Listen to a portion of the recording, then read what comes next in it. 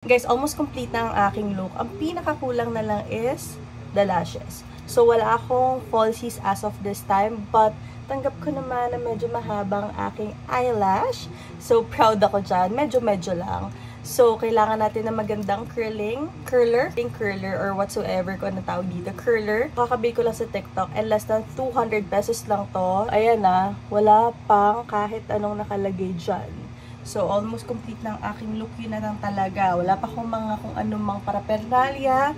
But for my makeup, gusto ko talaga na maganda yung eyelash. Kasi iba talaga ang mukha mo kapag maganda yung eyelash mo, no? Kapag talagang pak na pak siya. Eh, ayoko naman ng lagi ako naka-falsies. And tamad talaga ako maglagay. Ang pinakapag-asa na lang natin is kailangan natin patayuin this one. Hindi ko to ika-cut para makita nyo na talagang effective to. Papakita ko sa inyo to kung gaano kasulat. Kasi ang tagal ko nang ginagamit to. Almost 2 weeks na. Every single day. Hindi ako masyado nagmamascara. Kasi nga tamad din ako magtanggal ng makeup sa eyes. So, let's go!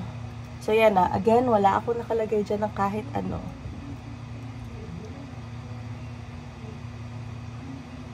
Oopsie. Okay. Galing lang natin ng konti.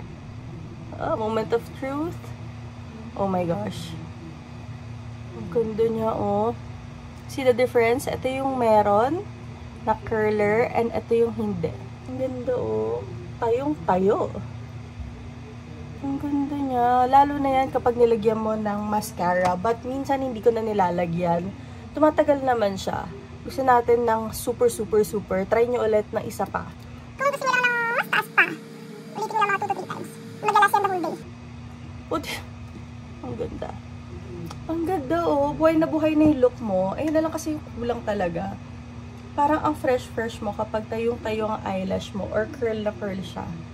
Ang ganda. Lagyan natin ng mascara, ha. By the way, ang gamit ko nga palang mascara is this one from BLK. Naiwan ko to sa sasakyan, but super inat kaya na ganyan yung lalagyanan niya. Pwede pa rin naman yan. Hindi tayo mag-inarte. Alam nyo, kahit wala kang mascara, okay na siya, but syempre may pupuntahan tayong event. Hindi mo siya event. Mag-a-attend lang tayo ng theater, musical. So, gusto ko lang maganda. Makikipagkita kasi ako sa friend ko. Kita niyo yan? Ito yung may curler with mascara. Ito naman yung wala, as in plain lang. So, buhay na buhay ang ating mata. So, try naman natin dito para makita niyo yung curler lang versus yung curler with mascara. Okay. Yan, one lang. Pwede nyo nga rin pala ito bloweran. Itong mismong curler, medyo painitin nyo para parang may straighten ang ating pilik mata. Ano? Sasabihin ko pa ba kung gaano kasulit to? 200 pesos or less than 200 lang to. Naka-sale pa to ngayon. Kasi bumili kayo na super mahal, same lang naman yan na manufacturer, panigurado. So, oh my gosh. Hindi na lang ako magtutok kasi ang ganda talaga. Look. Ano, complete na ang ating look. Accessories na lang ang kulang. Isa pa. Gusto nyo pa ng isa pa? Sure lang. Gusto nyo talaga taas. Tingnan nyo lang. Ang ganda. Need to say more. Nasa yellow basket lang yan.